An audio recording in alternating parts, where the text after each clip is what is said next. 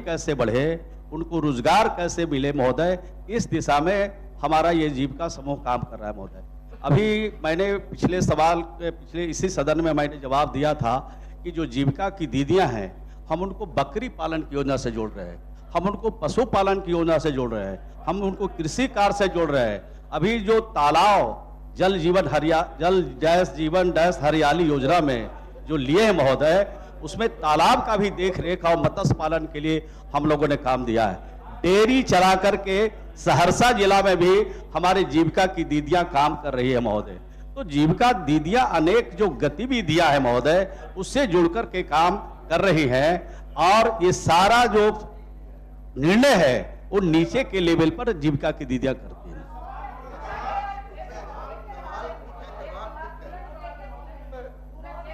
एक आदमी बोले, एक आदमी। महोदय मतलब हमारे मंत्री जी हमारे बहुत नजदीकी रहे हैं, इनसे भी हमने सीखा है, हमसे भी इन्होंने सीखा है, मगर हम ही को सिखाए। अरे हमें स्पेशल आप कह दीजिए हाँ या ना, मैटरनिटी लीव और स्पेशल लीव की जरूरत पड़ती है तो आप देंगे या व्यवस्था करेंगे? मैंने स्पष्ट जवाब दिया है माननीय सिद्दीकी साहब के प्रश्न के उत्तर में है, वो मेंटिलिटी लीव का सवाल उठा रहे हैं। कह रहे हैं महोदय कि जीविका की दीदियां पार्ट टाइम काम करती है महोदय। ये स्वयं सहायता समूह है और स्वयं सहायता समूह में जो लोग काम करते हैं, जब उनको इच्छा होती है तो काम करते हैं और जब इच्छा होती है कि घर का काम करें तो घर का काम करते हैं। और ये सब जो छुट्टी वगैरह लेने का जो प्रावधान है वो खुद अपने स्तर पर ग्राम संगठन और संकुल स्तर पर तय करती हैं। चलिए आगे बढ़िए। ये पूरा ही सवाल उलट जाए। आपने कहा कि सामुदायिक से उनको पेमेंट होता है, जबकि सरकार 1500 रुपये से 2000 उनको देती है और आप टोटल कह दे रहे हैं कि सामुदायिक मतलब समूह के जरिए भी एक हिस्सा उनको मिलता है और 1500 से 2000 सरकार देती है।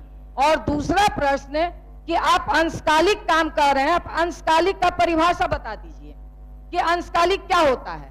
एक महिला आपको 8 घंटे कोई समूह का संचालन बता दे मंत्री महोदय कि 8 घंटे आप जो इतना बड़ाई किए हुए हैं, ये जो मतलब मुख्यमंत्री जी का ड्रीम प्रोजेक्ट है और उसमें आपने जीविका के लिए इतना ज्यादा आप बड़ाई किए हुए हैं, कोई भी 8 घंटा के बिना उतना सारा काम कर दे तो आप मुझे बता दीजिएगा।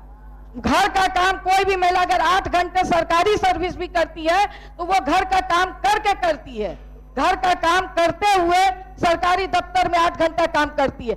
मैं भी यहाँ आई हूँ तो घर का काम करके आई हूँ, इसलिए उसका बहाना बना करके आप उनके अधिकार को कटौती मत कीजिए।